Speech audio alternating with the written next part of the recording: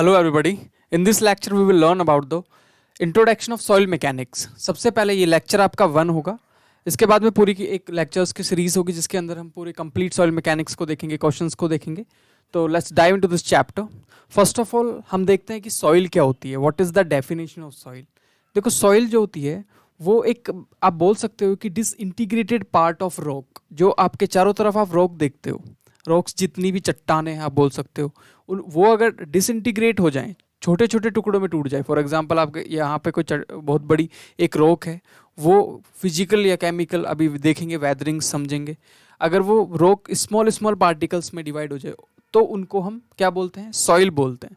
अब हम देखते हैं इसका ऑरिजिन कि सबसे पहले इसकी इंपॉर्टेंस क्या है, क्यों पढ़ते हैं. तो सबसे पहले हम देखते हैं कि सॉइल मैकेनिक्स होती क्या है. तो ये एक ब्रांच है साइंस की जिसके अंदर हम स्टडी करते हैं फिजिकल प्रॉपर्टीज़ के बारे में, सॉइल मासेस के बारे में. जो कि काम किस लिए आता है, हमें पता चलता है कि इसके ऊपर लगने वाले फोर्सेस का ये किस तरीके से रिएक्शन देती है, ठीक है, किस तरीके से रिएक्ट करती है. अगर आप फादर ऑफ सॉइल मैकेनिक्स की बात करोगे तो तरज़ागी एक साइंटिस्ट थे जो कि क्या थे, साइंटिस्ट कम इंजीनियर थे, जो कि क्या थे, एक सॉइल मैकेनिक्स के फादर के नाम से उनको जाना जाता है. ठीक है, तो तरज़ागी TERZAGHY ये फादर ऑफ सॉइल मैकेनिक्स के नाम से इनको जानते हैं. अगर मैं बात करूं इनकी प्रॉपर्टीज़ की कि सॉइल मैकेनिक्स की अगर प्रॉपर्टीज़ जानेंगे तो क्या क्या फ़ायदा होगा. तो देखो फाउंडेशन डिज़ाइन में इसका फ़ायदा होता है, पेवमेंट डिज़ाइन में फ़ायदा होता है. क्योंकि हम कोई भी चीज़ जो सॉइल के ऊपर हम काम करते हैं, जिस मिट्टी के ऊपर हम काम करते हैं, वो जितने भी कंस्ट्रक्शंस होते हैं वो डिपेंड करते हैं किसके ऊपर, सॉइल मैकेनिक्स, कैसे आपकी सॉइल बिहेव कर रही है, जो फोर्स उनके ऊपर एक्ट कर रहा है उसके अगेंस्ट. ठीक है, डिज़ाइन ऑफ द एम्बैंकमेंट्स और excavation, design of the earth dam, इन सब के अंदर आपको कहीं ना कहीं सॉइल मैकेनिक्स आना जरूरी होती है.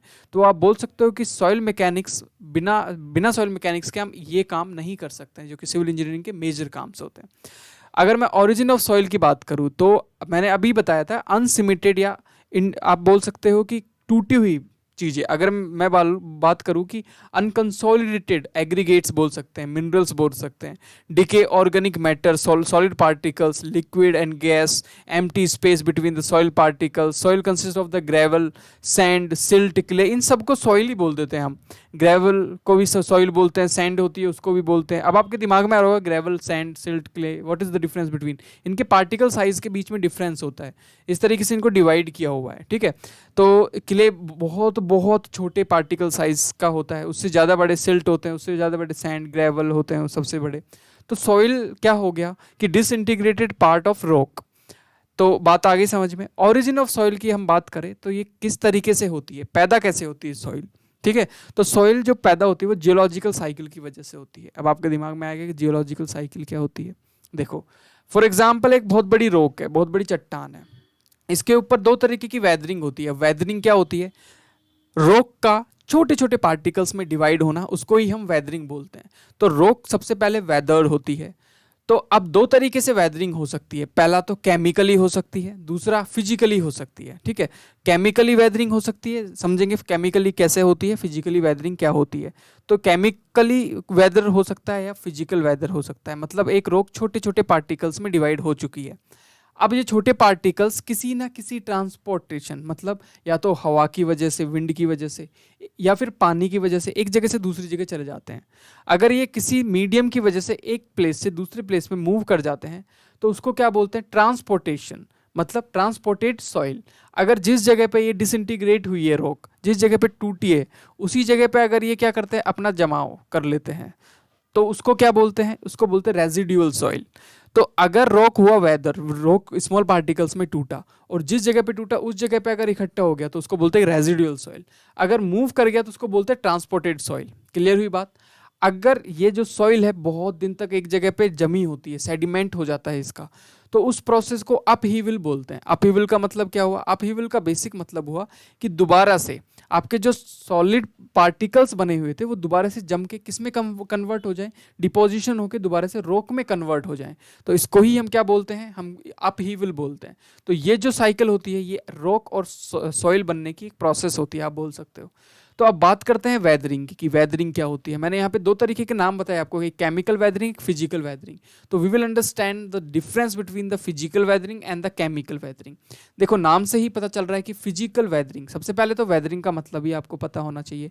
वेदरिंग का मतलब होता है कि रॉक का ब्रेक डाउन होना। जैसे अभी हमने देखा कि रॉक छोटे छोटे पार्टिकल्स में डिवाइड हो जाती है, उसको ही हम वेदरिंग बोलते हैं।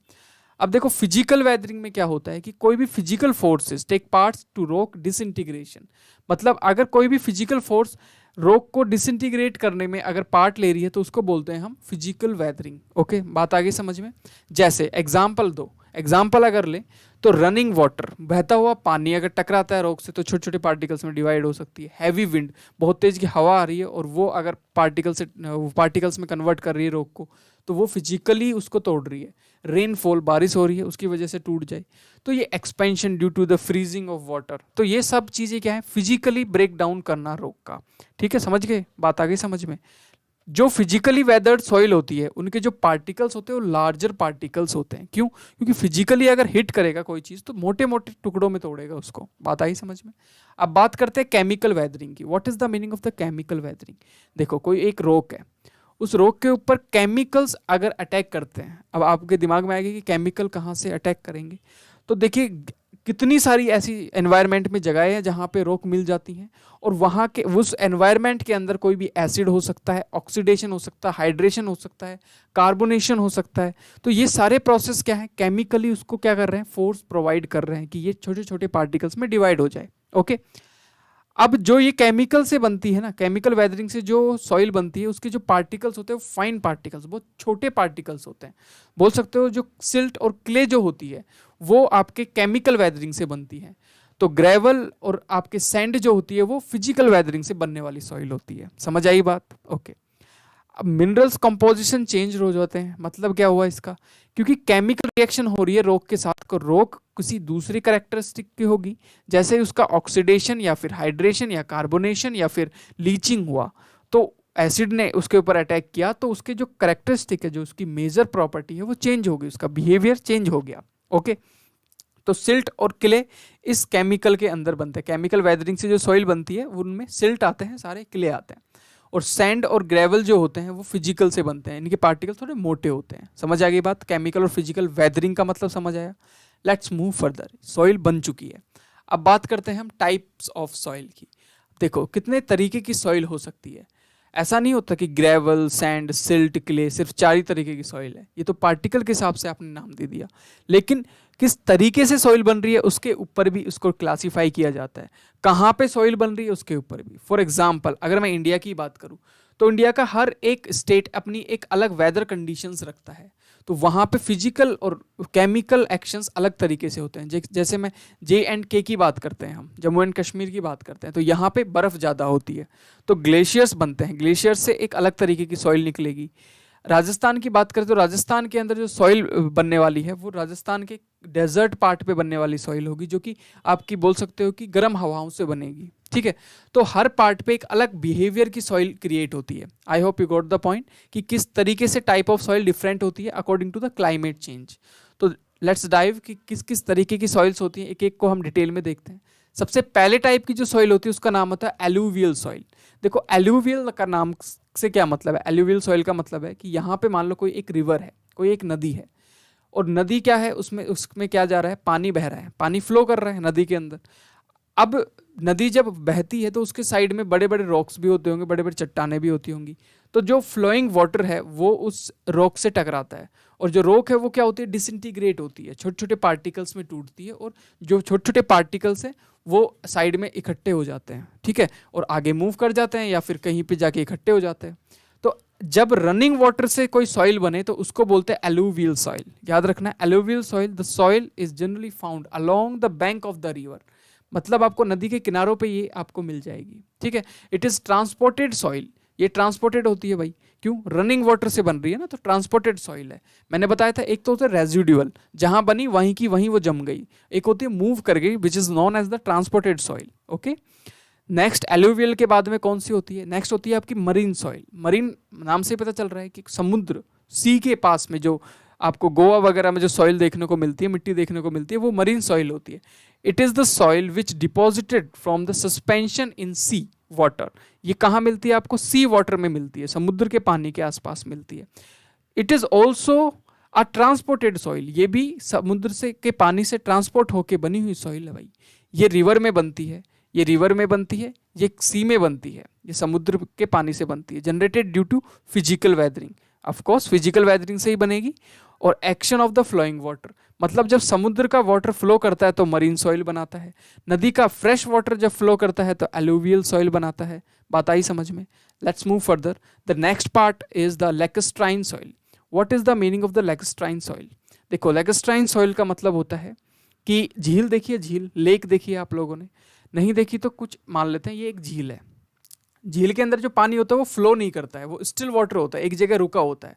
ओके, तो स्टिल वाटर के अंदर कोई भी अगर मिट्टी जम जाती है, तो स्टिल वाटर के अंदर जब कोई मिट्टी जम जाती है तो उसको बोलते हैं लैक्स्ट्राइन सॉइल। देखो, लेक से याद रखो, कहीं ना कहीं ये लैक्स्ट्राइन लेक जैसा आपको साउंड कर रहा है, तो लैक्स्ट्राइन और लेक मतलब झील के अंदर मिलने वाली मिट्टी या झील पे मिलने वाली मिट्टी। तो it is the soil deposited from the suspension of in fresh water, fresh still water मतलब रुके हुए पानी में मिलती है, ये लेक के अंदर मिलती है। समझ पा रहे हो ना? कोई भी एक झील है उसके अंदर ये मिलती है। ये रेजिडुअल सॉइल है। आप बोलोगे रेजिडुअल क्यों है? देखो, क्योंकि ये किसी भी मीडियम से फ्लो नहीं कर रही है, जहां पे बनी है वहां पे एज इट इज रखी हुई है। Generated due to the physical weathering, of course ये भी किसी फिजिकल वेदरिंग की वजह से बनी हुई है। तो ये तीनों सॉइल आपको क्लियर हुई। Let's move further. This is the next fourth type of soil जिसका नाम है aeolian soil. What is the meaning of the aeolian soil? ये होती है आपकी विंड की वजह से। आपने राजस्थान के डेजर्ट में जो ड्यून्स देखे हैं ना, वो सैंड ड्यून्स क्या होते हैं? मतलब कि जो रेत के टीले हैं, है ना, सैंड ड्यून्स उनको भी बोलते हैं। तो वो कैसे बनते हैं? वो हवा से, विंड की वजह से अगर आपकी कोई वेदरिंग हो रही है तो उसको बोलते हैं, मतलब एक बहुत बड़ी रॉक है, हवा आई, काट काट के इसको पार्टिकल्स, सॉइल पार्टिकल्स में या सैंड में कन्वर्ट कर दिया। अब जो ये सॉइल बनेगी इसको बोलेंगे हम आयोलियन सॉइल। ठीक है, याद रखना है, AEOLIAN। ओके, आयोलियन सॉइल होता है। वो एलुवियल था, ये आयोलियन है। वो रिवर में था, ये आपका किस में होगा? आपका डेजर्ट में होगा, रेगिस्तान में होगा। तो ये एक फिजिकल वेदरिंग है और ये मूव करती है तो ट्रांसपोर्टेड है। तो फिजिकल वेदरिंग से बनने वाली और ट्रांसपोर्टेड सॉइल है, आयोलियन सॉइल इसका नाम होता है। Let's move further. Colluvial soil. देखो, कोलुवियल सॉइल का मतलब क्या है? This is the soil form due to the weathering of rocks and the transported is done by the gravitational force. याद, ये जो इंपॉर्टेंट पॉइंट है, ग्रेविटेशनल फोर्स है इसमें। कोलुवियल का मतलब होता है कोलैप्स, ऐसे याद रखो, कोलैप्स। कोलैप्स मतलब टूट जाना, गिर जाना कहीं से। तो ये बहुत बड़ा एक पहाड़ है, ये उसके साइड में कोई एक पहाड़ है। तो क्या होता है, पहाड़ों पे बड़ी बड़ी चट्टानें हैं, बड़े बड़े रॉक्स हैं, बड़े बड़े स्टोन हैं। अगर ये नीचे आते हैं, किसकी वजह से नीचे आते हैं? ग्रेविटी की वजह से नीचे आते हैं। जब ग्रेविटेशनल फोर्स लगता है तो ये बड़ी बड़ी चट्टानें नीचे आती है। जब लुढ़कते हुए आते हैं तो इनके छोटे छोटे पार्टिकल्स टूट के गिर जाते हैं और वो पार्टिकल्स भी नीचे आके जम जाते हैं। तो जब ग्रेविटी की वजह से कोई सॉइल बनती है तो उसको क्या बोलते हैं? उसको बोलते हैं कोलुवियल। कोलैप्स होके, गिर के, कोई भी स्टोन गिर रहा है तो सॉइल बनने वाली। इसका दूसरा नाम भी होता है, इसको तालुस सॉइल भी बोलते हैं, TALUS। Talus soil is also the name of the colluvial soil. तो एलोवियन याद रहेगा, ओके, एलुवियल याद रहेगा, एओलियन याद रहेगा, देखो कोलैप्स से याद रखो कोलुवियल को। कोलैप्स कौन हो रहा है? स्टोन कोलैप्स की वजह से ये बन रही है, ग्रेविटेशनल फोर्स की वजह से। ठीक है, तो this type of soil is generally found in the hilly areas. Of course पहाड़ कहाँ मिलेंगे? हिली एरियाज में मिलेंगे, वहीं से तो स्टोन गिरेगा। ओके, वैलीज के अंदर ये आपको मिल जाएंगी। It is transported soil, of course transported है, मूव कर रही है, एक जगह पे जमी नहीं हुई है, मूव करके नीचे आ रही है। और फिजिकल मतलब कि मूव करके, टकरा के, किससे? पहाड़ से लुढ़कता हुआ जब नीचे आएगा कोई भी स्टोन तो फिजिकल वेदरिंग ही तो होगी। Yes, let's move further. Next is the glacial. Okay, glaciers से याद रखना है आपको। ग्लेशियर कहाँ होते हैं? JNK में मैंने बताया, जहाँ पे बहुत बड़े बड़े ग्लेशियर्स होते हैं, आइस, ठीक है, बर्फ के ग्लेशियर्स होते हैं। ये एक ट्रांसपोर्टेड सॉइल है ये भी। ओके, कैसे बनती है?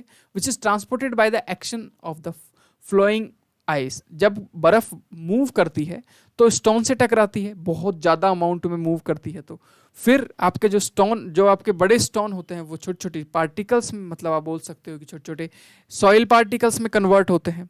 और जब सॉइल पार्टिकल्स में उसकी रगड़ की वजह से क्रिएट होते हैं, इसको बोलेंगे हम फिजिकली उसके अंदर फ्रिक्शन क्रिएट हो रहा है ना, तो this is also a physical weathering process. Next is the lowest soil, okay, LOESS, lowest soil, it is the uniformly graded wind blown soil. अब आप बोलोगे कि देखो विंड से तो दो सॉइल बन रही है, एक तो डेजर्ट वाली आयोलियन बन रही थी और एक लुइस बन रही है। तो लुइस सॉइल में और आपका आयोलियन में क्या डिफरेंस है, देखो मैं समझाता हूँ। जो विंड की वजह से बनती है, दोनों सॉइल बनती हैं, एक तो आयोलियन बनती है, एक लुइस बनती है, लेकिन डिफरेंस क्या है, इसके अंदर जो बनती है वो बहुत बहुत छोटे छोटे पार्टिकल्स की सिल्ट बनती है, याद रखना है। और दूसरी चीज, इसके अंदर जो सॉइल होती है वो कैसी होती है, uniformly graded. What is the meaning of the uniformly graded, मतलब हर एक पार्टिकल सेम साइज का होगा। दूसरी और तीसरी बात जो इसमें याद रखनी है, जो लोएस्ट सॉइल होती है उसके अंदर कैल्शियम कंपाउंड्स होते हैं, मतलब CaO होगा। अब CaO होगा तो पक्का ये कैसा, CaO मतलब लाइम। अब जहां लाइम आ गया उसका मतलब क्या हुआ, ये सीमेंट के जैसा आपको करेक्टरिस्टिक शो करेगी। तो सीमेंट का जैसा करेक्टरिस्टिक शो करेगी तो ये इसका सीमेंटेशन, मतलब कि इसका जमना भी जल्दी जल्दी होगा। तो आप बोल सकते हो cemented due to the calcium compounds, ये कैल्शियम कंपाउंड्स की वजह से जम जाती है। तो लुइस सॉइल क्या होती है, जो कि विंड ब्लोन होती है, बनती किससे है, हवा से बनती है, तो फिजिकल वेदरिंग से बनती है। तो ये आपको याद रखना है, डिफरेंस याद रखना है। आपका आयोलियन में देखो, आयोलियन सॉइल होती है वो आपकी विंड से ही होती है, लेकिन लेकिन लेकिन यहाँ पे सैंड बनता है। यहाँ पे क्या बनता था, सैंड बनता है, मतलब पार्टिकल्स मोटे होंगे। यहाँ पे क्या बनेगा, बहुत छोटे पार्टिकल्स और सिल्ट बनेगा। तो यहाँ पे क्या बनेगा, आपका सिल्ट बनेगा। तो लोएस्ट सॉइल इज सिल्ट, आप बोल सकते हो कि जो हवा से बनने वाली सिल्ट है उसको लूज बोलते हैं, ठीक है, लुइस बोलते हैं। Next is the marl soil, MARL, marl soil. The soil is generated due to the chemical weathering, याद रखना है, ये केमिकल वेदरिंग से, अब केमिकल वेदरिंग वाली सॉइल का स्टार्ट हो गया आना। केमिकल वेदरिंग से बनने वाली सॉइल है, and it is a fine graded calcium carbonate soil, okay, of the marine organic which is formed due to the decomposition of bone of aquatic creature. अब मैं आपको बहुत शॉर्ट में समझाऊं कि ये सॉइल कैसे बनती है। देखो, फॉर एग्जाम्पल, कोई भी एक एनिमल है, कोई भी एक एनिमल है, उस एनिमल को अगर आपने मरने के बाद में गाड़ दिया जब जमीन के नीचे, अब वो एनिमल, उसका जो हड्डियां होंगी वो कैल्शियम से बनी होती है, वो डिसइंटीग्रेट होगा, टूटेगा, और लास्ट में जाके किसी ना किसी बाई प्रोडक्ट में तो बनेगा ना, तो वो किस में बन जाता है, आपकी मार्ल सॉइल में कन्वर्ट हो जाता है। तो आप बोल सकते हो कि जब मरीन के अंदर या फिर कोई भी एक एक्वेटिक क्रिएचर्स का जो बोन होती है, उसका जब केमिकल वेदरिंग होती है तो जो सॉइल बनती है उसको बोलते हैं मार्ल सॉइल, याद रखना, मार्ल सॉइल। नेक्स्ट होता है आपका bentonite soil. What is the meaning of the bentonite soil, जितनी भी वोल्केनिक मतलब जो ज्वालामुखी निकलती है उसके अंदर से जो उसकी जो राख बचती है ना, उसको बोलते हैं बेंटोनॉइट सॉइल। वोल्केनिक ऐश से बनने वाली सॉइल को क्या बोलते हैं, बेंटोनॉइट सॉइल। ये किसकी वजह से होती है, ऑफ कोर्स केमिकल वेदरिंग की वजह से ही होगी, ठीक है। और ये इसका लुब्रिकेंट के, मतलब बोल सकते हो कि लुब्रिकेंट की तरह इसको यूज किया जाता है बेंटोनॉइट सॉइल को, जब ड्रिलिंग वर्क होता है तब, okay. Let's move further. Next होता है पीट सॉइल। देखो, पीट सॉइल इज नथिंग बट जितने भी आपके मतलब ऑर्गेनिक मैटर होते हैं, जैसे कि वेजिटेबल, सब्जी काटने के बाद जो छिलके बचते हैं उनको अगर आपने कहीं पे गाड़ दिया, तो जो लास्ट का जो उनका बाई प्रोडक्ट बनेगा, जो लास्ट में जो सॉइल बनेगी, वो कौन सी सॉइल होगी, वो होगी आपकी पीट सॉइल। तो पीट soil is nothing but the chemical weathered soil, जो कि वेजिटेबल के वेस्ट से बनती है, ठीक है, सब्जियों के वेस्ट से जो सॉइल बनती है उसको हम पीट सॉइल बोलते हैं। Let's move further. Next is the laterite soil. What is the meaning of the laterite soil, देखो इसको मैं समझाता हूँ। ये लीचिंग प्रोसेस की वजह से बनने वाली सॉइल है। अब आप बोलोगे लीचिंग प्रोसेस क्या होता है, लीचिंग प्रोसेस का मतलब है अगर मैं किसी भी सॉइल में से सिलिका निकाल दूं, SI इज अ सिलिका को निकाल के बाहर फेंक दूं, तो उसको हम लेटराइट या फिर लीचिंग प्रोसेस बोलते हैं। तो लेटराइट सॉइल क्या होती है, ऐसी सॉइल जिसके अंदर सिलिका ना हो, ये केमिकल वेदरिंग उसकी वजह से बनी है, that's it. Let's move further. Next is the muck soil, MUCK। देखो, मक सॉइल को लर्न करने का तरीका है, MUCK मत याद करो, इसको आप MUD, मड की फॉर्म में याद रखो। मड मतलब कीचड़। आपने देखा होगा जहाँ पे एक जगह पे मड इकट्ठा हो जाता है, कीचड़ इकट्ठा हो जाता है, तो कुछ दिन में वहाँ का पानी सूख जाता है और जो ब्लैक कलर की एक सॉइल बचती है उसको ही बोलते हैं MUD, mud soil. I hope you got the point. Mud soil nothing but the you can say muck soil is nothing but the dry mud is known as the muck soil. Next is the loam soil. Loam soil it is the mixture of the silt, sand and clay. इन तीनों को मिला दूं ना मैं तो एक soil बनेगी, उसका नाम होगा लूम सॉइल। ओके, एक चीज नोट करने वाली बात है, पीट और मक, है ना। पीट सॉइल क्या थी, जो वेजिटेटिव जो वेस्ट से बनती थी उसको पीट सॉइल बोलते हैं। मक सॉइल क्या होती है, जो मड से बनती है, मतलब मड के सूख जाने पे मक सॉइल बनती है। इन दोनों को ही मिला के क्यूमुलोस सॉइल बोलते हैं। क्यूमुलोस क्यों बोलते हैं, ये भी क्योंकि ये मैक्सिमम ऑर्गेनिक चीज़ों से बनी हुई है। तो क्यूमुलोस का मतलब होता है मैक्सिमम ऑर्गेनिक कंपाउंड्स प्रेजेंट होते हैं किसी चीज़ में। तो let's move further. Next is the black cotton soil. What is the meaning of the black cotton soil? एक ऐसी सॉइल जो कि कॉटन, जो कि ब्लैक कलर की हो और कॉटन ग्रो करने के लिए बहुत ज़्यादा बेनिफिशियल हो, या फिर मैक्सिमम उसमें हम कॉटन ग्रो कर सके, उसको बोलते हैं ब्लैक कॉटन सॉइल। इसका कलर ब्लैक क्यों होता है, या फिर बोल दो कि इसका मतलब हल्का सा कलर ब्लैक होता है, मतलब ज़्यादा डार्क ब्लैक नहीं और बहुत ज़्यादा लाइट भी नहीं, बीच का कलर ग्रे कलर होता है इसका, क्योंकि ये बसाल्ट से बनती है, बसाल्ट से इसका क्रिएशन होता है। तो आप बोल सकते हो it is the residual form of basalt. ठीक है, बसाल्ट को अगर छोटे छोटे पार्टिकल्स में तोड़ दूँ तो ब्लैक कॉटन सॉइल निकल के आती है। इसके अंदर एक चीज़ होती है, बहुत ज़्यादा मिनरल जो होता है वो होता है मोंट मोरेनलाइट। तो मोंट मोरेनलाइट सबसे ज़्यादा किसके अंदर प्रेजेंट होता है, ब्लैक कॉटन सॉइल के अंदर। ये क्वेश्चन आ जाता है। Let's move further. It is a black in colour and good for the growing the cotton, that's why it is called the black cotton soil. Okay, next अब बात करते हैं, ये तो होगी टाइप्स ऑफ सॉइल खत्म। अब हम बात करेंगे about the properties of soil की। व्हाट इज द प्रॉपर्टीज, कैसे हम किसी चीज़ की प्रॉपर्टीज को डिफाइन करते हैं, करेक्टरिस्टिक्स। ओके, तो देखो सॉइल जो होती है ना, सॉइल जो होती है, सॉइल की एक खास बात होती है, इसके अंदर तीन चीज़ें होती हैं। कौन कौन सी तीन चीज़ें होती हैं? एयर भी होता है, हवा भी होती है, पानी भी होता है मतलब वाटर, और सॉलिड भी होते हैं, सॉलिड पार्टिकल्स भी प्रेजेंट होते हैं। तो एयर, वाटर एंड सॉलिड तीनों पार्टिकल्स एक सॉइल के कंपोजिशन के अंदर आपको मिल जाएंगे।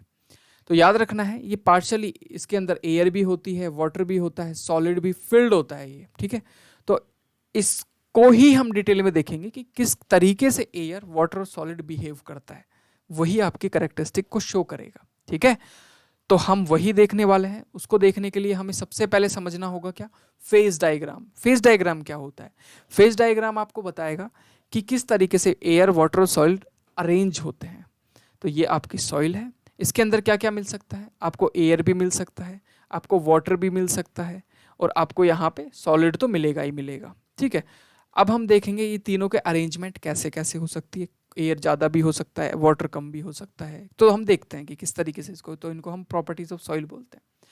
This is called the phase diagram of soil. अब बोलोगे ये क्या है? सबसे पहले हम देखते हैं, अगर मैंने सूखी सॉइल ली है, ड्राई सॉइल ली है, तो उसके अंदर देखो मैंने छोटे छोटे मतलब एक सॉइल उठाई, कहीं से भी रैंडमली मैंने मिट्टी उठा ली। अब मिट्टी के अंदर पार्टिकल्स होंगे, पार्टिकल्स के बीच में एक जगह होगी, उसको बोलते हैं वॉइड। क्या बोलते हैं? वॉइड। वॉइड मतलब एक छोटा सा हिस्सा, एक जगह, एक खाली जगह, एक स्पेस। तो वॉइड्स भी प्रेजेंट होंगे और सॉलिड भी प्रेजेंट होंगे। अब अगर ड्राई सॉइल है तो वॉइड्स के अंदर सिर्फ क्या प्रेजेंट होगी? एयर प्रेजेंट होगी। क्या प्रेजेंट होगी? एयर, हवा। और सॉलिड तो प्रेजेंट होंगे ही होंगे। तो ड्राई सॉइल के अंदर एयर प्रेजेंट होती है वॉइड्स के अंदर, और प्रेजेंट होता है solid. Wait of the voids को, वॉइड्स क्या है? खाली जगह को हम वॉइड बोलते हैं। तो वेट ऑफ द वॉइड्स को हम WV से रिप्रेजेंट करते हैं, वेट ऑफ द सॉलिड को हम WS से रिप्रेजेंट करते हैं, टोटल वेट को WT से रिप्रेजेंट करते हैं। वॉल्यूम को हम इधर लिखते हैं left hand side, volume of void, volume of soil और total volume of the soil. Okay, solid का और ये टोटल सॉइल का वॉल्यूम है। अगर मैं बात करूँ ड्राई सॉइल के बाद में दूसरे तरीके की सॉइल, जिसको हम पार्शियली सैचुरेटेड सॉइल बोलते हैं। What is the definition of the partially saturated soil? देखो सबसे पहले था सूखी वाली मिट्टी आपके पास में थी, दूसरी तरीके की मिट्टी थी जिसका नाम था पार्शियली सैचुरेटेड। इसका मतलब क्या है? What is the definition, what is the meaning of the partially saturated soil? अब बिल्कुल सूखा था, there was nothing present in voids, मैंने उसके अंदर थोड़ा सा पानी डाल दिया, तो ये सैचुरेशन तो हो गया इसके अंदर, लेकिन आधा, मतलब पानी कितना है? हाफ है। समझ आ गई बात? ओके, अब यहाँ पे इतना जो होगा वो क्या होगा? वेट ऑफ द एयर होगा यहाँ से लेके यहाँ तक, और नीचे वाले को बोलेंगे वेट ऑफ द वाटर। ठीक है, ये हो गया वॉइड का वेट, जिसको हम दो टाइप में डिवाइड कर सकते हैं, एयर में और वाटर में। अब वॉइड के अंदर आपका एयर भी प्रेजेंट है और वाटर भी प्रेजेंट है, लेकिन सॉलिड तो सॉलिड ही रहेगा। तो सिमिलरली हमने इसका रिप्रेजेंटेशन दे दिया। अगर मैंने इसको पूरा जो खाली जगह थी उसको पूरा पानी से भर दिया तो उस कंडीशन को बोलते हैं फुल्ली सैचुरेटेड कंडीशन। अगर मैंने कंप्लीटली इसको पानी से भर दिया तो this is called the fully saturated condition. तो इस कंडीशन में जो आपका वेट ऑफ द वाटर है वो वेट ऑफ द वॉल्यूम आपके वॉइड के बिल्कुल इक्वल है। क्यों? आपने कंप्लीटली उसके जो स्पेस थे, ये पार्टिकल्स हैं छोटे छोटे सॉइल के, इनके बीच में ये छोटी छोटी जो जगह होती है इनको हम वॉइड बोलते हैं। अगर उसमें पानी है तो कंप्लीटली फिल्ड है, मतलब सैचुरेशन की कंडीशन है। तो फर्स्ट कंडीशन जहाँ पे सिर्फ हवा प्रेजेंट है इस खाली स्पेस में, जिसको वॉइड नाम दिया है। दूसरी कंडीशन में क्या है, आधा पानी से भरा हुआ है आधा हवा से भरा हुआ है, जिसको पार्शियली सैचुरेटेड कंडीशन बोलते हैं। तीसरी कंडीशन हो सकता है पूरे में ही पानी भरा हो वॉइड में। ठीक है, तो ये है फेज डायग्राम। 3 फेजेस में आपको क्या मिल सकते हैं, सॉइल के पार्टिकल्स की कंडीशन मिल सकती है। या तो सिर्फ सॉलिड और हवा प्रेजेंट हो, वॉइड कभी भी खत्म नहीं किए जा सकते हैं, बीच से स्पेस को आप बिल्कुल भी खत्म नहीं करोगे। आप बोलोगे क्यों नहीं खत्म हो सकते वॉइड? अगर मैं वॉइड को खत्म कर दूंगा, दबा दूंगा बिल्कुल, तो वो तो फिर आपका सॉइल थोड़ी ना रहा, वो तो कंप्लीटली क्या बन गया, आपका सॉलिड मटेरियल बन गया। तो void can not be remove from the soil. Okay, let's move further. अब हम देखते हैं कुछ करेक्टरिस्टिक्स। पहली करेक्टरिस्टिक है जिसको हम नाम देते हैं वाटर कंटेंट। देखो वाटर कंटेंट का मतलब क्या होता है। वाटर कंटेंट का मतलब है कि वाटर का रेशियो, मतलब वाटर कितना प्रेजेंट है मिट्टी के अंदर, वो हम देखने वाले हैं। तो हम फेज डायग्राम को याद रख के ही पूरा का पूरा कंडीशंस, पूरी पूरी इक्वेशंस, सॉल्यूशन, सब कुछ हम फेज डायग्राम को ही याद रख के करेंगे। तो the water content also called the moisture content. Moisture content का मतलब क्या होता है, सॉइल के अंदर कितना मॉइस्चर प्रेजेंट है, is defined as the ratio of the weight of water to the weight of the solid. याद रखना है सॉलिड। तो आप बोल सकते हो वाटर कंटेंट, जिसको हम W से रिप्रेजेंट करते हैं, या फिर इसको मॉइस्चर कंटेंट के नाम से भी बोलते हैं। वो क्या होता है कि आपके मिट्टी में कितना वेट ऑफ वाटर है, किसकी रिस्पेक्ट में, आपके सॉलिड के वेट की रिस्पेक्ट में, कि कितना सॉलिड की रिस्पेक्ट में कितना पानी है। अगर इस रेशियो को, अगर आप इसको परसेंटेज में करना चाहते हो तो बस मल्टीप्लाई कर दो 100 से। This is called the water content. I hope you got the point. Water content का मतलब होता है कि weight of the water in a soil sample with respect to the weight of the solid. मतलब आपने एक मिट्टी ली, कितनी भी मिट्टी ले ली, उसके अंदर सॉलिड कितना है और उसके रिस्पेक्ट में कितना पानी प्रेजेंट है, इसको ही बोलते हैं moisture content. I hope you got the point. Okay, अब यहाँ पे एक कंडीशन आती है, क्या कभी भी वेट ऑफ वाटर जीरो हो सकता है? WW जो है आपका wait of water can B zero और नॉट? यस, हो सकता है। कैसे हो सकता है? बिल्कुल ड्राई सॉइल ले ले जिसमें पानी ना हो, तो यस ये कंडीशन ठीक है। क्या wait of water weight of solid के बराबर हो सकता है? बिल्कुल हो सकता है। तो यहाँ पे लिख सकते हैं WW can be equal to the weight of solid. Yes, हो सकता है। अच्छा, weight of water weight of solid से ज़्यादा भी हो सकता है? वेट ऑफ वाटर है पानी, सॉलिड से ज़्यादा डाल सकते हैं मिट्टी में? बिल्कुल डाल सकते हैं। आप ओवर उसको लोड कर दो तो हो सकता है। तो अगर मैं रेंज पूछूं किस चीज़ की, वाटर कंटेंट की, तो कहाँ से कहाँ तक होगी? तो 0 से लेके कितनी हो सकती है? मोर देन 1, मतलब more than 100। Yes, 0 to infinity कितनी भी हो सकती है, पानी कितना भी आप डाल सकते हो। तो range can be more than 0। तो आप बोल सकते हो water content is what, more than 0। बोल सकते हो ना, 0 से बड़ा कितना भी। तो this is the range of the water content. Ratio में बात करोगे तो रेशियो में भी आप परसेंटेज, मतलब रेशियो को सिर्फ परसेंटेज में बात करोगे तो आपको 100 से मल्टीप्लाई करना, रेशियो में बात करना है तो 100 को हटा देना है। That's it.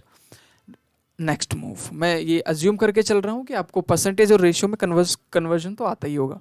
Next is the void ratio. अब यहाँ पे बात आती है, इसको ई से रिप्रेजेंट करते हैं, स्मॉल ई से। वॉइड रेशियो का मतलब है वॉइड, वॉइड मतलब जिस ये मिट्टी ली, मिट्टी के पार्टिकल्स के बीच का जो स्पेस है उसको ही हम वॉइड बोलते हैं।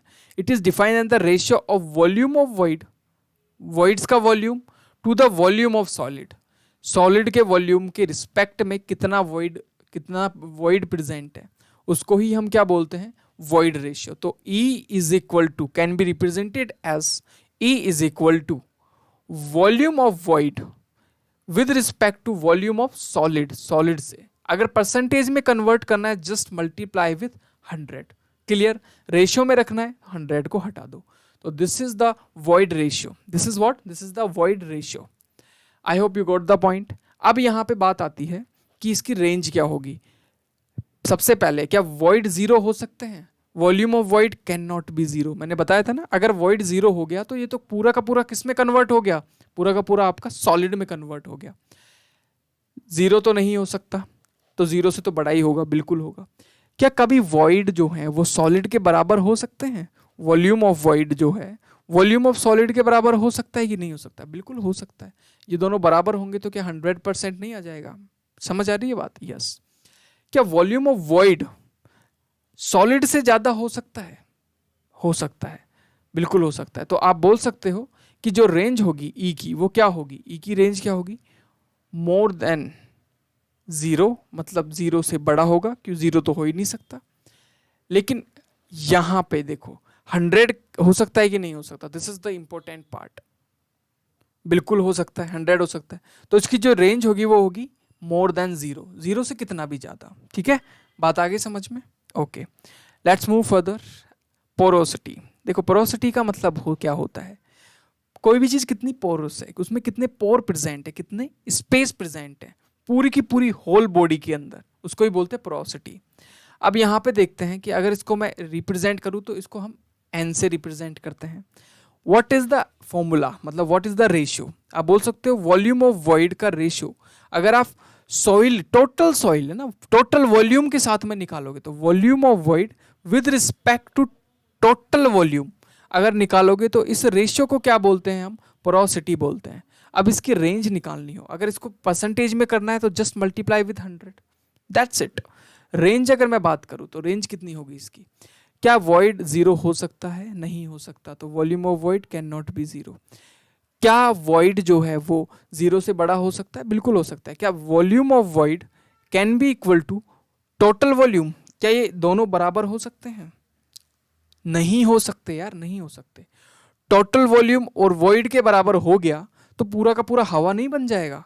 मतलब मैं आपसे बोलूं कि सॉइल में सिर्फ वॉइड है, मतलब सॉलिड तो है ही नहीं, तो ये तो इक्वल हो ही नहीं सकता। तो 0 to 100 के बीच में आपकी रेंज होगी किसकी?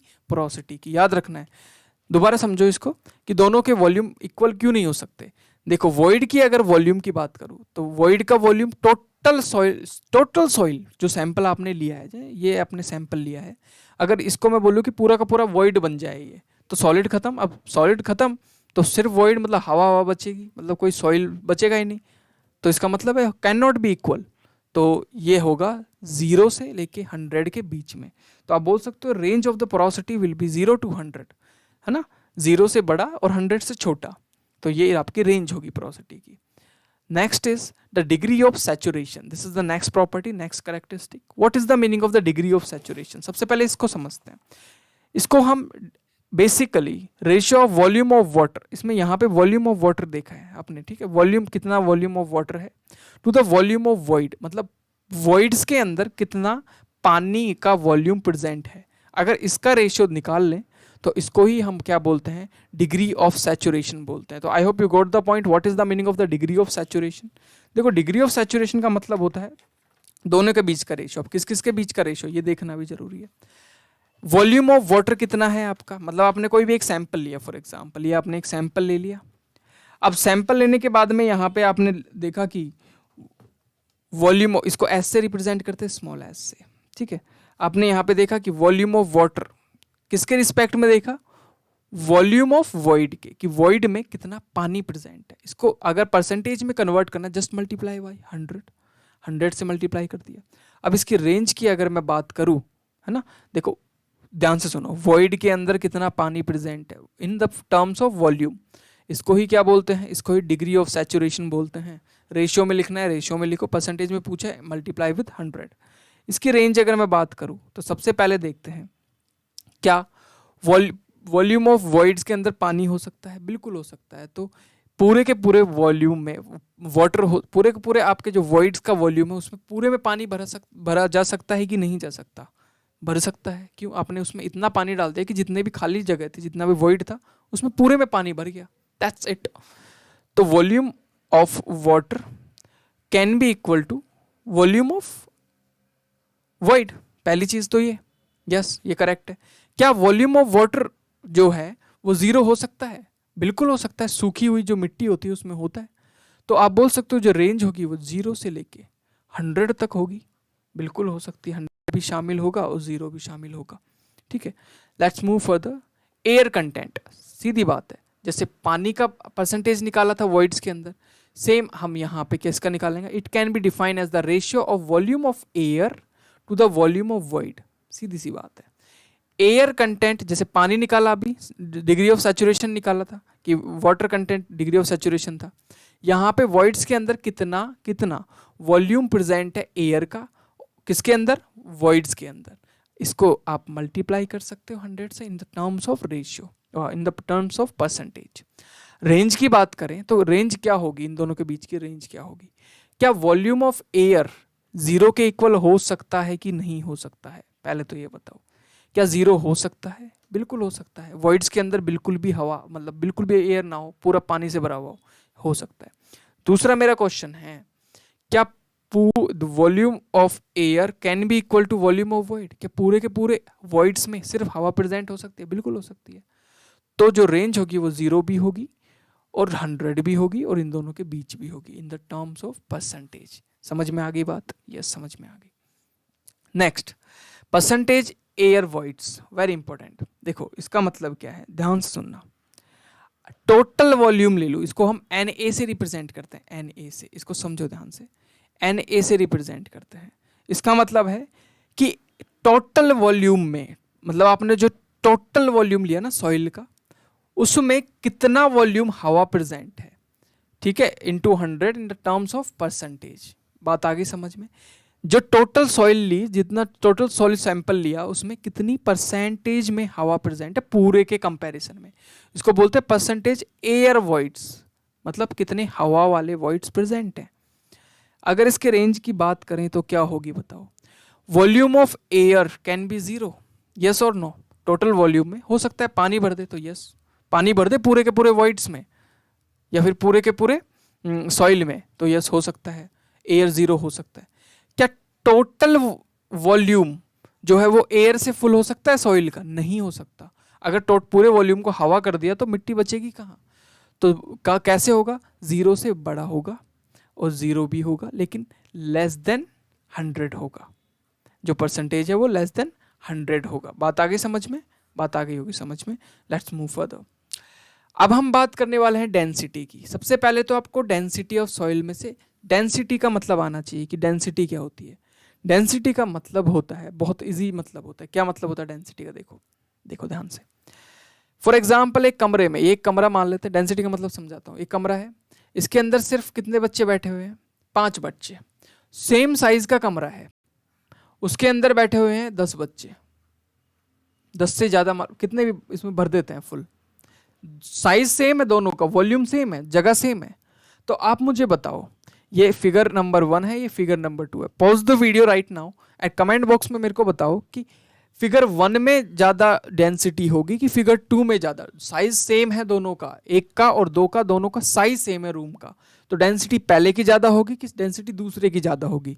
ऑफ कोर्स जिसमें ज्यादा है, जिसमें ज्यादा मास या ज्यादा मॉलिक्यूल से ज्यादा पार्टिकल्स प्रेजेंट हैं, उसकी डेंसिटी क्या होगी? इसकी डेंसिटी ज्यादा होगी इसकी डेंसिटी से, तो this density will be greater. तो डेंसिटी का मतलब तो समझ में आ गया होगा कि एक यूनिट ले लें, उस यूनिट के अंदर प्रेजेंट मास या फिर वेट, उसको ही हम उसकी डेंसिटी बोलते हैं। तो सबसे पहले हम बात करेंगे सॉइल की डेंसिटी के बारे में। तो 2 तरीके की डेंसिटी होती है। एक तो होती है रो से रिप्रेजेंट करे जाने वाली, जिसको बोलते हैं मास डेंसिटी, मतलब मास पर यूनिट वॉल्यूम। एक यूनिट वॉल्यूम में कितना मास प्रेजेंट है उसको हम बोलते हैं मास डेंसिटी, और रो से ROH रो से प्रेजेंट करते हैं। दूसरा होता है आपका वेट यूनिट डेंसिटी, मतलब कि इसको हम गामा से रिप्रेजेंट करते हैं, मतलब कितना वेट प्रेजेंट है पर यूनिट वॉल्यूम में। तो अब अगर सॉइल की बात कर रहे हैं तो हम पूरा काम किस में करते हैं? वेट में। आपको मास और वेट में तो डिफरेंस पता होगा क्या होता है? मास होता है कितनी क्वांटिटी है, कितनी आप स्पेस घेर रहे हो, और वेट का मतलब क्या होता है, आप ग्रेविटी की वजह से कितना फोर्स लगा रहे हो अर्थ पे। समझ आ गई बात? तो गामा से रिप्रेजेंट करते हैं हम वेट पर यूनिट वॉल्यूम को। क्लियर हुई बात? अब हम बात करेंगे डेंसिटी का पहला पार्ट, जिसको बोलते हैं बल्क डेंसिटी। बल्क डेंसिटी को थोड़ी देर के लिए ब्रेक दो, अभी बताऊंगा क्यों। पहले हम नेक्स्ट पार्ट पे चलते हैं। बल्क डेंसिटी से पहले हम एक चीज देखेंगे दूसरी तरीके की, ड्राई यूनिट वेट या ड्राई डेंसिटी। अब आप बोलोगे कि ड्राई को क्यों देखा पहले, बल्क को क्यों नहीं देखा? वेट मिनट, 1 मिनट वेट करो। ड्राई यूनिट मतलब सूखी मिट्टी ले लिया आपने, क्या ले ली? बिल्कुल सूखी मिट्टी लेके आ गए बाहर से, उसका 1 यूनिट आपने, मतलब 1 metre cube, 1 centimetre cube volume आपने ले लिया सूखी मिट्टी का, पानी नहीं है उसके अंदर, तो उसको हम गामा डी से रिप्रेजेंट करते हैं। तो वेट ऑफ द सूखी मिट्टी पर unit volume is known as the dry unit weight. याद रखना है, यूनिट वेट मतलब यूनिट वॉल्यूम में present weight of the soil is known as the dry unit weight. Let's move further. Saturated unit weight क्या होता है? देखो, saturated का मतलब समझाता हूं। आपने एक सैंपल लिया, अब की बार ये सैंपल सूखा नहीं था, पूरे का पूरा वॉइड जो है वो पानी से भरा हुआ था, जो खाली जगह है उसमें पूरी पानी भरे हुए थे, कंप्लीटली फिल्ड। ओके, अब इसको रिप्रेजेंट करते हैं गामा SAT, ठीक है, या फिर गामा डैश से भी कर देते हैं। गामा सैचुरेटेड लिखा आपने, इसका मतलब है वेट ऑफ द सॉइल पर unit volume is known as the gamma saturated. Okay, तो जो पानी है उसका 1 यूनिट वॉल्यूम में कितना वेट है, इसको ही क्या बोलते हैं? Saturated unit wait. I hope you got the point. Saturated density and saturated unit wait, बात बराबर है? क्लियर हुई बात? अब हम बात करेंगे सबमर्ज्ड यूनिट वेट की, जिसको हम गामा सबमर्ज्ड या गामा डैश, यहाँ पे सबमर्ज से ही लिख देते हैं। गामा सबमर्ज कुछ नहीं होता है, गामा सबमर्ज्ड होता है आपका गामा जो सैचुरेटेड था ना, जो गामा सैचुरेटेड था उसका हाफ कर दो तो गामा सबमर्ज्ड होता है। अब मैं आपको बताता हूँ सबमर्ज्ड का मतलब क्या होता है। फॉर एग्जाम्पल, आपने नदी देखा, किसी भी जगह पे आप गए होगे तो आपने एक चीज़ तो देखी होगी, क्या? नदी देखी होगी, मतलब ऐसी जगह जहाँ पे पानी होता है। उसको अगर आप आगे से देखें नदी को तो कुछ ऐसी 3 फेज में दिखाई देगी, जहाँ पे आप बोल सकते हो कि एक आपको क्या मिलेगा, एक आपको मिलेगा यहाँ पे इस तरीके से। Let me draw this. आपने यहाँ पे देखा होगा पानी है, ये आपका मान लेते हैं पानी है, ये पानी है, ये पानी है, और इसके नीचे यहाँ भी इतना पानी है, पूरा का पूरा इतना पानी से भरा हुआ है। इस पानी के बिल्कुल नीचे तल पे जो मिट्टी मिलेगी ना, जो मिट्टी यहाँ पे मिलेगी, फॉर एग्जांपल यहाँ पे एक मिट्टी मिली है, यहाँ पे मिट्टी के पार्टिकल्स है छोटे छोटे, ये सारे के सारे पार्टिकल्स क्या है? सबमर्ज्ड हैं। ये जो सॉइल है वो कैसी है? सबमर्ज्ड सॉइल है, ठीक है, सबमर्ज्ड सॉइल है। तो आप बोल सकते हो दिस इज कॉल्ड द, मतलब पानी बहुत जरूरत से ज्यादा होना, जरूरत से ज्यादा पानी में डूबी हुई मिट्टी को सबमर्ज्ड सॉइल बोलते हैं। तो इसका जो यूनिट वेट होता है वो सैचुरेटेड का हाफ होता है। क्यों होता है सैचुरेटेड का हाफ? ऑफ कोर्स, क्यों होता है? क्योंकि आपका जो वॉल्यूम होगा, मान लो मैं सैचुरेटेड की बात कर लेता हूँ पहले, ठीक है। आपने गीला सैंपल लिया, ये एक है जिसमें पानी था काफ़ी, मतलब ज़्यादा पानी नहीं था, सारे वॉइड्स पानी से भरे हुए थे। इसके एक सेंटीमीटर क्यूब आपने इसका सैंपल ले लिया, इसके अंदर जो पार्टिकल्स होंगे वो आपने देख लिया कि उनका वेट मान लेते हैं 10 ग्राम है।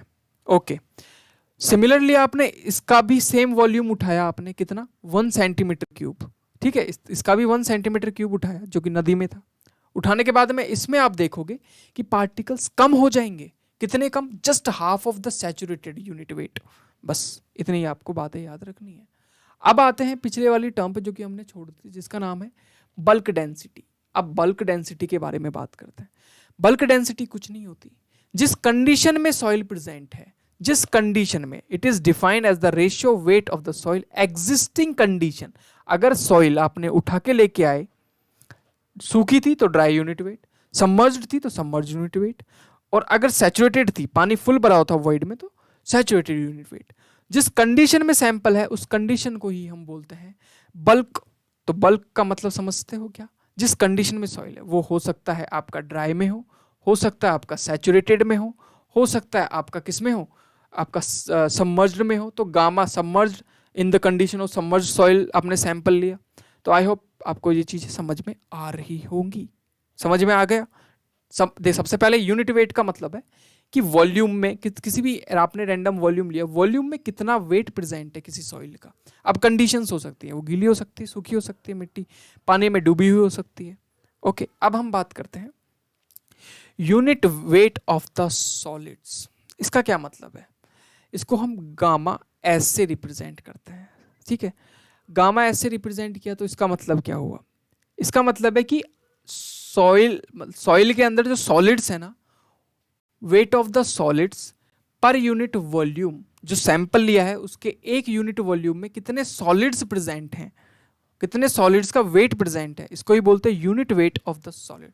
अगर आपको यूनिट वेट का मतलब नहीं समझ आया तो ये यूनिट वेट बड़ा कंफ्यूज करेगा। ये सीधी बात है, आपने यूनिट वेट का मतलब होता है कि कोई भी सैंपल, ये मिट्टी पड़ी हुई थी, आप गए इसके पास में, आपने यहाँ पे 1 सेंटीमीटर क्यूब का, है ना, या फिर 1 मीटर क्यूब का, कोई भी एक स्टैंडर्ड वैल्यू ले लो। तो मैंने 1 सेंटीमीटर क्यूब का सैंपल लिया, इसको तोला, इसका वजन किया, इसको वेट किया, तो इसके अंदर जो वेट निकला सॉलिड्स का, सिर्फ सॉलिड का, उसको ही हम बोलते हैं unit weight of the solids. I hope you got the point. Okay, बात आगे समझ में? This was the lecture. अगले लेक्चर में हम इंडेक्स प्रॉपर्टीज के बारे में बात करेंगे। If you like the video please hit कर दो लाइक बटन को, सब्सक्राइब प्लीज सब्सक्राइब कर देना। Thank you everybody.